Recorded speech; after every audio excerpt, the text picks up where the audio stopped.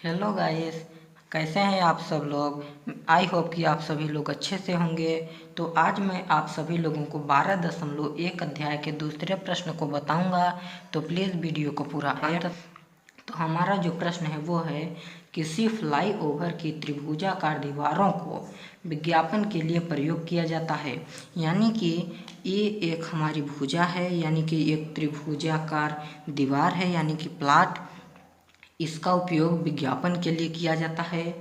अब दीवार की भुजाओं की लंबाई है 122 मीटर, 120 मीटर और 22 मीटर।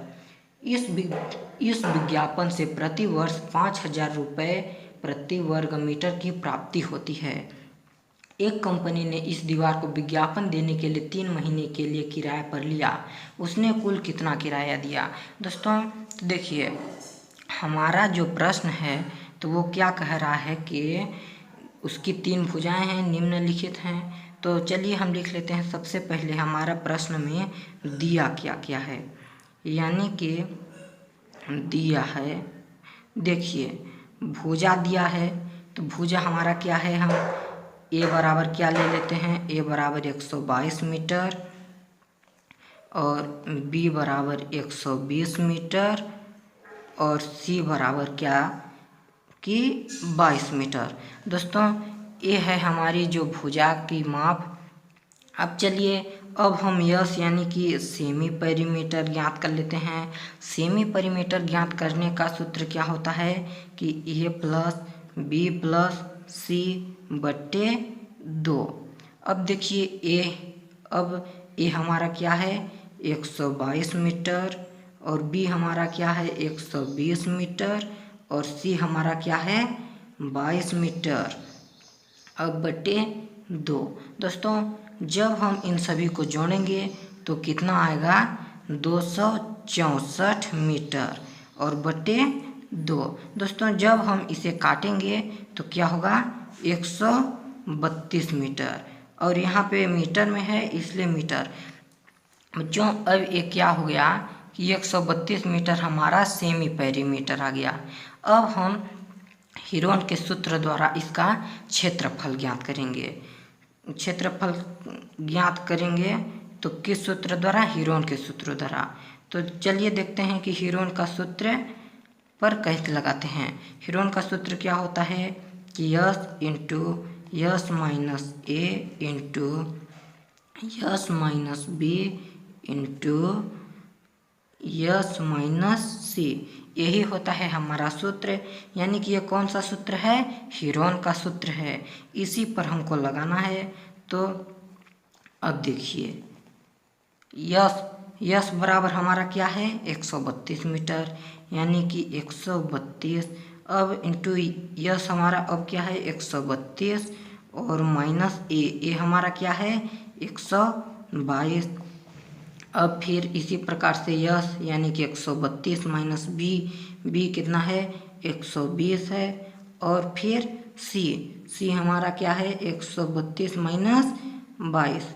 अब देखिए अब हम इसे हल कर देते हैं, यानी कि यहाँ पर कोई भी चिन्ह नहीं लगा हुआ है और तब कोष्टक है तो कोष्टक का क्या हो जाएगा गुणा हो जाएगा। तो 132 गुणे 132 में यदि 122 घटेगा तो कितना बचेगा 10 बचेगा और 132 में यदि 120 घटेगा तो कितना बचेगा 12 बचेगा। अब फिर गुणे 132 में यदि 22 घटेगा तो क्या बचेगा 110 बचेगा। बच्चों अब यहाँ पे देखिए, अब यहाँ तक हम कर चुके हैं। अब इन सभी को गुणा कर देते हैं। तो देखिए कैसे 132 का गुणा यदि हम 10 में करेंगे तो क्या होगा 1320।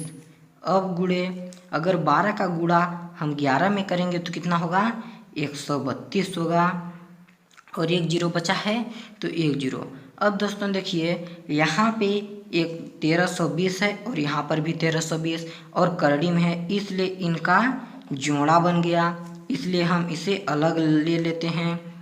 यानी कि 1320। अब जब हम दोनों में से एक को ले लिए इसलिए करड़ी भी हट गया, यानी कि यही है हमारा एरिया, यानी कि इस त्रिभुज का एरिया है। तो इसकी जो भुजाएं हैं वो मीटर में है, इसलिए क्षेत्रफल किस में आएगा, मीटर स्क्वायर में। यानी कि इस त्रिभुज का क्षेत्रफल कितना होगा, 1320 मीटर स्क्वायर।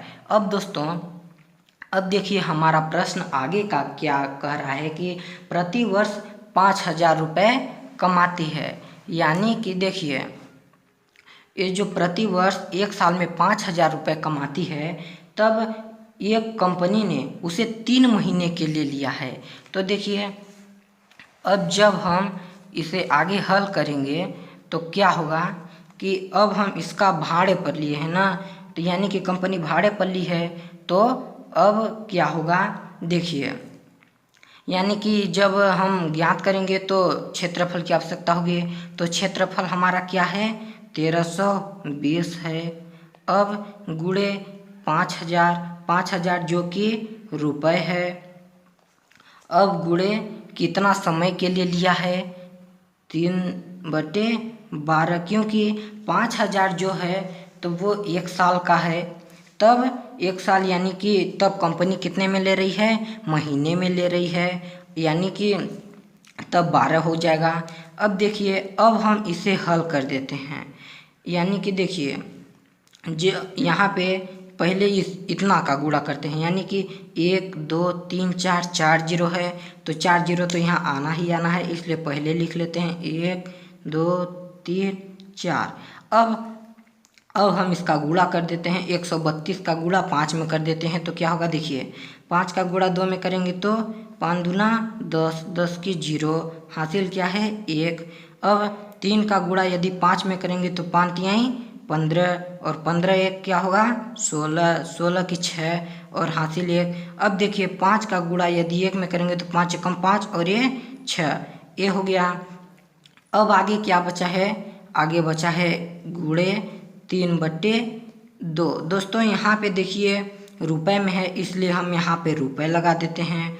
अब देखिए अब जब इसे हम हल करेंगे तो क्या होगा देखिए, अब हम 12 से काट देते हैं, क्योंकि देखिए कट जाएगा, क्योंकि 12 का गुणा यदि हम 5 बार करेंगे तो 12 पंचे क्या होता है 60, यहाँ पे 66 दिया है।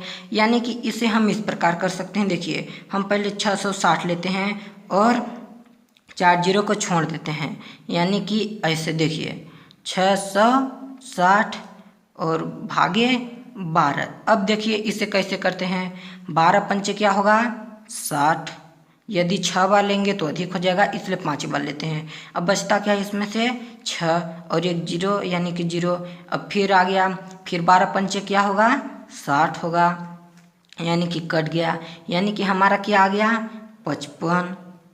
अब इसमें से ये इतना कट गया, अब बचा क्या 4 जीरो, 1 2 3 4, इसके हम आगे लगा देते हैं और 12 भी बच गया।